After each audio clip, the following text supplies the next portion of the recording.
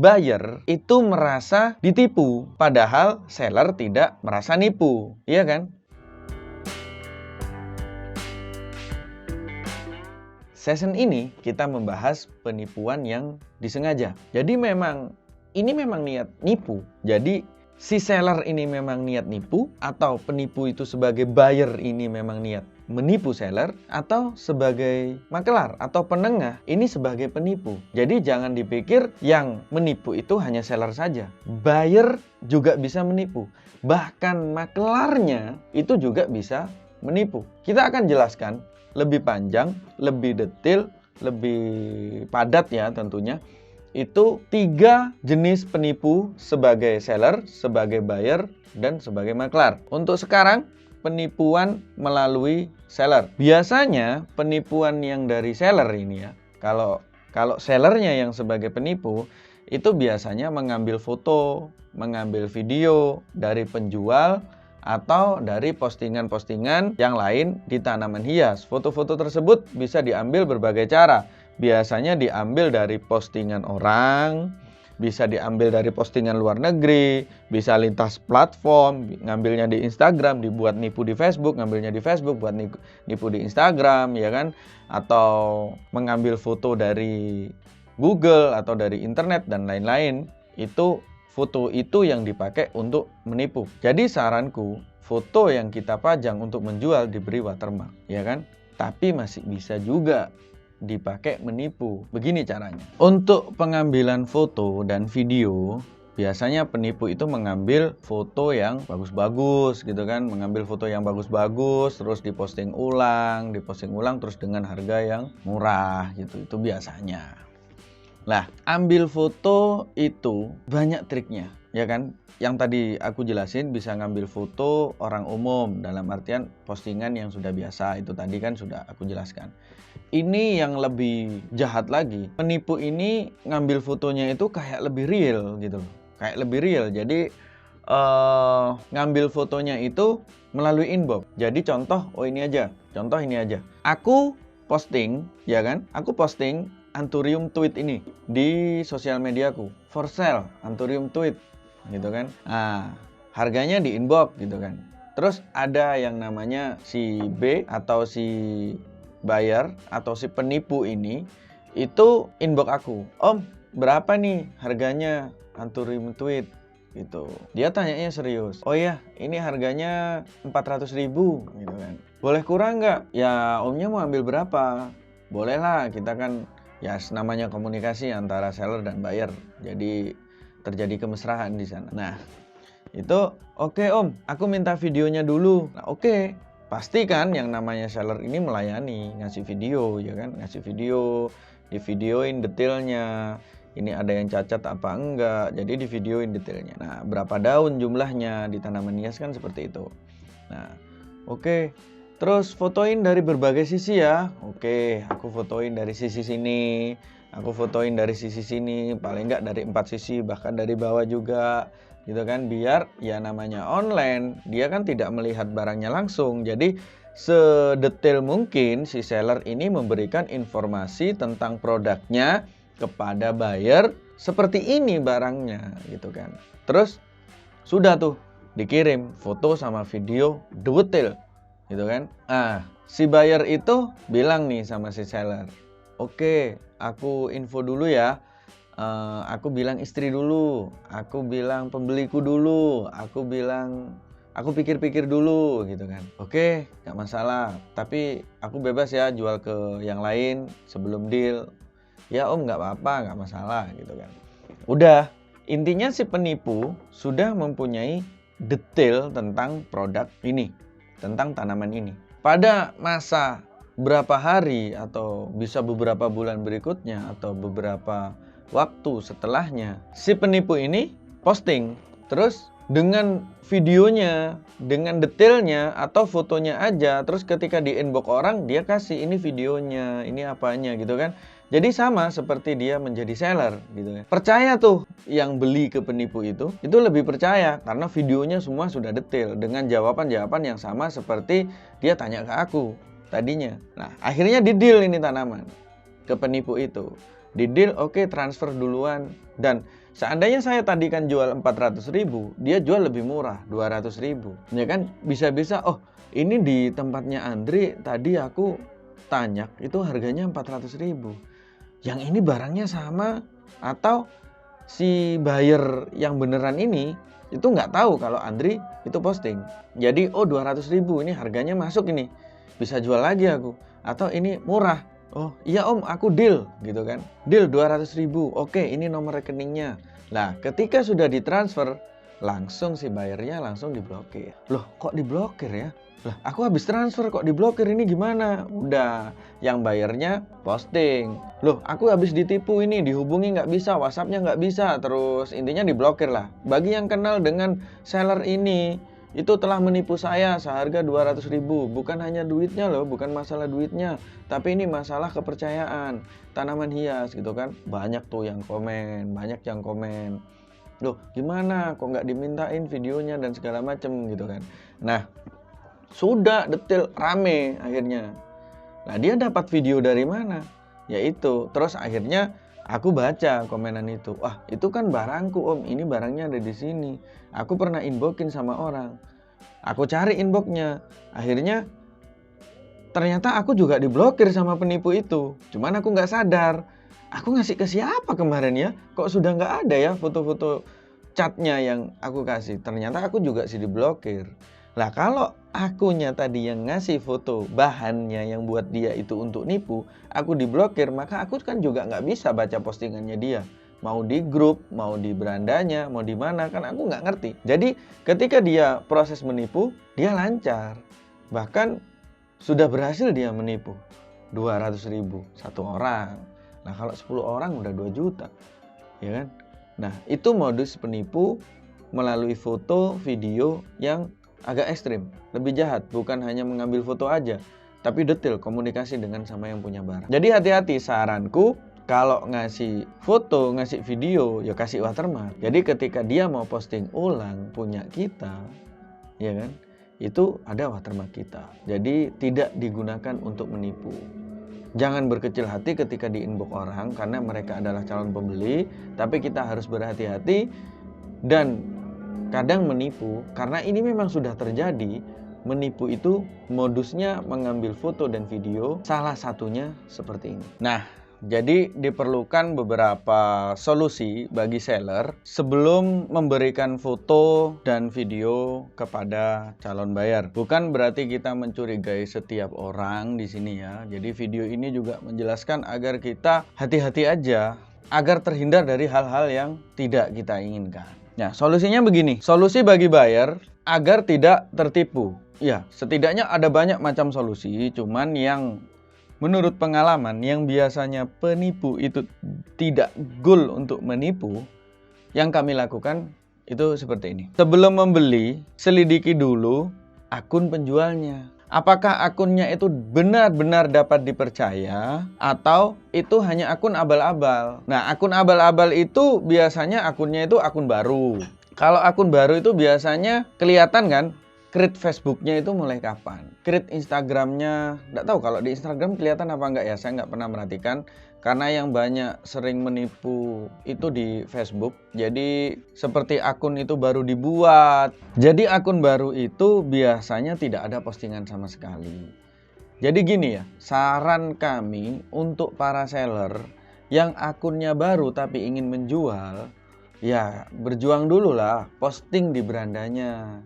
Jangan hanya posting di grup-grup saja.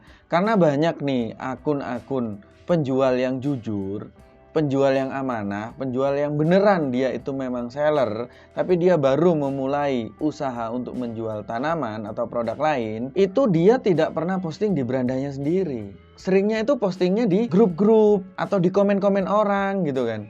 Jadi kan aneh, kenapa nggak posting di berandanya sendiri? Padahal orang ketika membaca postingan kita di grup, dia akan ngeklik nama kita, akun kita, untuk melihat profil kita.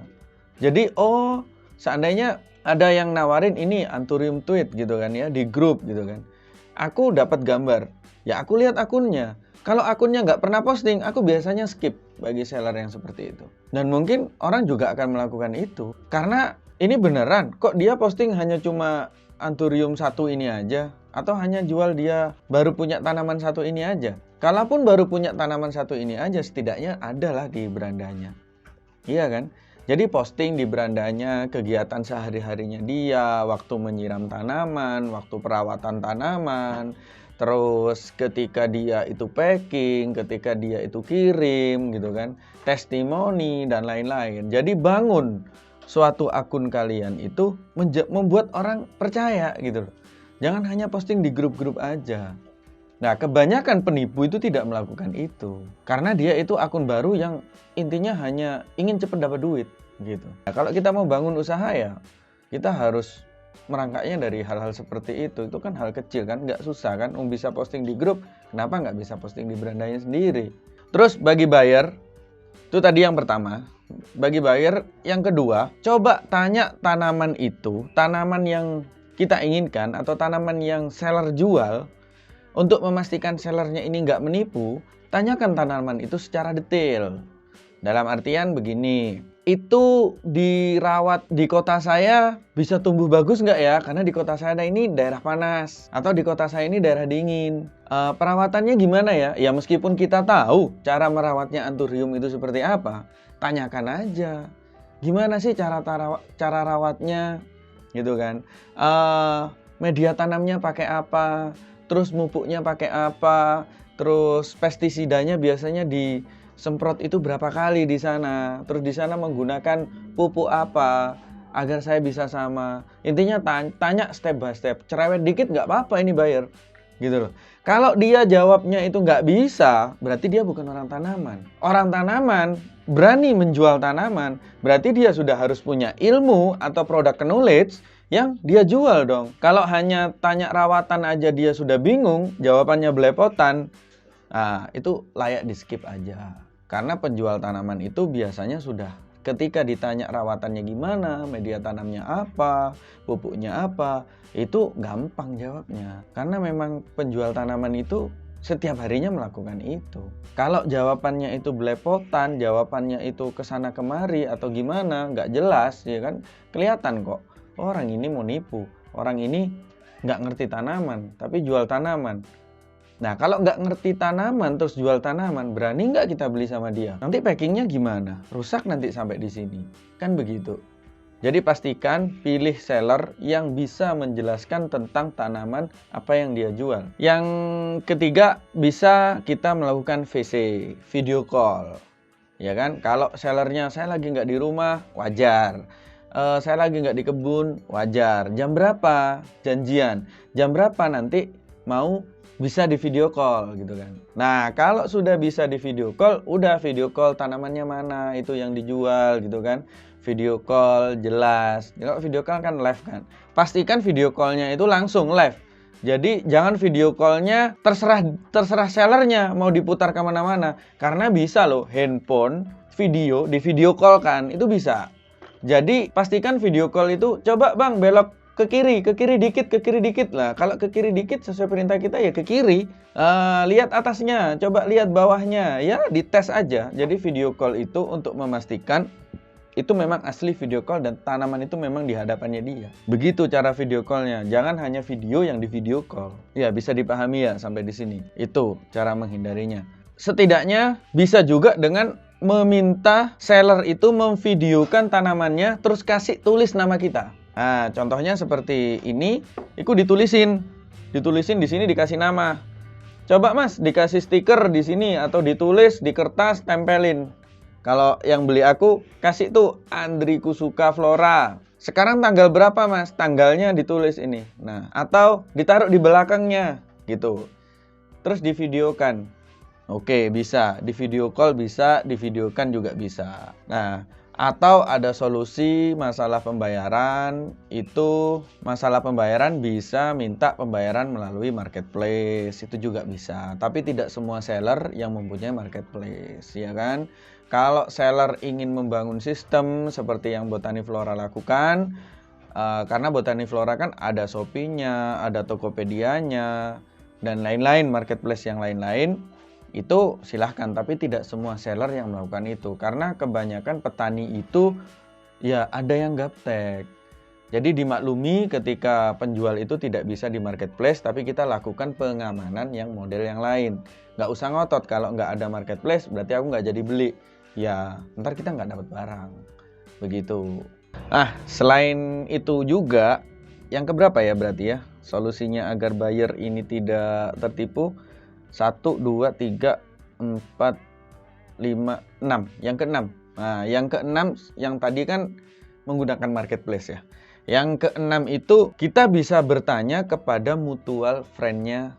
Jadi kalau kita mau beli ke seller A, di profil Facebook-nya itu kan ada mutualnya yang teman kita juga kan. Nah, itu kita tanyain. Kak, Mbak, Mas, si seller A ini pernah beli nggak ke sana? Gitu kan. Dia bisa dipercaya nggak? Wajar. Oh iya, kalau memang dia trusted, ya pasti dijawab, oh bagus, itu packingnya juga bagus gitu kan. Kadang ada yang menjawab, aku nggak pernah transaksi. Tanya seller yang lainnya gitu kan. Juga tanyakan kalau bisa kepada teman yang sekota sama dia. Jadi kalau ada orang kurang percaya sama Botani Flora di sini ya, contohnya, ya Botani Flora ini lokasinya di mana? Di Batu. Lah, cari seller Batu yang kenal. Di komunitas, di mana bisa diposting di komunitas. Contoh kalau beli Sansevieria ke Botani Flora, tanyain di komunitas Sansevieria. Akun Andriku Suka Flora, tanya dong, aku mau transaksi sama beliau, sama dia, aman nggak ya? Gitu nggak apa-apa. Tanyakan di komunitas. Ntar jawabannya komunitas itu kan banyak yang komen. Aku pernah beli sama dia kok, aman. Aku pernah beli sama dia, gitu kan. Seperti itu. Terus selanjutnya nggak tahu yang nomor berapa. Selanjutnya itu jadilah kita itu smart buyer, ya kan? Jadilah kita itu buyer yang pintar. Jangan membeli harga yang murah di bawah pasar maksudnya. Murah itu dalam artian bukan kita murah itu biasanya orang yang punya duit, nyisa duitnya itu berarti murah gitu. Bukan, maksudnya harga di bawah pasar itu perlu kita perhatikan. Bawahnya kalau selisih 1 digit, 2 digit sih enggak ada masalah ya. Tapi kalau selisih nolnya, waduh. Contoh Bilitea variegata yang harganya sedaun itu 10 juta sampai 20 juta. Terus ada yang nawarin harga satu pohon 2,5 juta gitu. Atau 1 juta atau 5 juta. Wow, murah banget gitu kan. Nah, jadinya kan ini beneran nggak kan kayak gitu. Iya mas, aku ini butuh duit, katanya sellernya gitu. Lah, lakukan hal-hal yang tadi, video call, tanya sama temen yang kenal, atau gimana. Hati-hati, karena akun kita itu juga bisa dihack dan bisa dipakai untuk menjual, gitu. Jadi, tanyakan teman sekota, atau orang teman sekota itu suruh datang, kita video callnya sama dia. Itu lebih aman juga, malah lebih aman. Ingat, berapapun transaksinya, jadi tetap harus hati-hati gitu. Nah, itu tadi beberapa penipu yang berperan sebagai seller. Sekarang kita masuk ke season penipunya adalah buyer. Jadi pembeli di sini dia sebagai penipu. Oke.